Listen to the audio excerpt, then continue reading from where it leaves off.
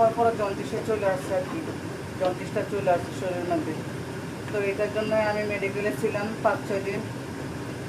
তো আল্লাহর রহমতে এখন অনেক উন্নতি হয়েছে, ভালো হয়েছে। তো আমার এখন বাসায় ডাক্তারে যে সাজেশন দিয়ে দিচ্ছে সেটাই আমাকে ফলো করতে হবে। যেমন ওকে ডাব খাওয়াতে হবে, মালটা খাওয়াতে হবে, ওকে হেলদি খাবার খাওয়াতে হবে, এইসব আর কি। এছাড়া তো আর কোনো কঠিন কাজ নাই। কঠিন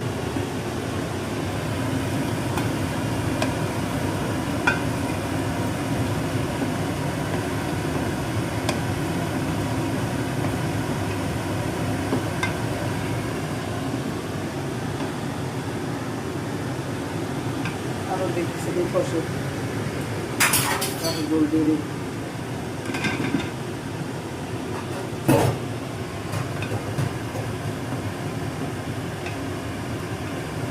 সব কিছুতে আলু দিতে হয়, কারণ বাচ্চারা আলু ছাড়া কিছু খেতে চায় না।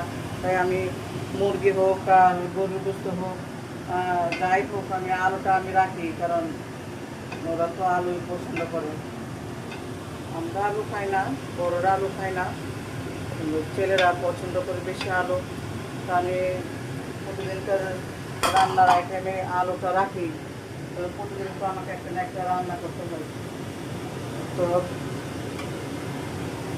গরু মুরগি যে কোনো একটা রান্না করতে হয়, আমাকে আলু দিতে হয়, কম হোক আর বেশি হোক, কারণ আলু ছাড়া কিছু খেতে ভালোবাসে না।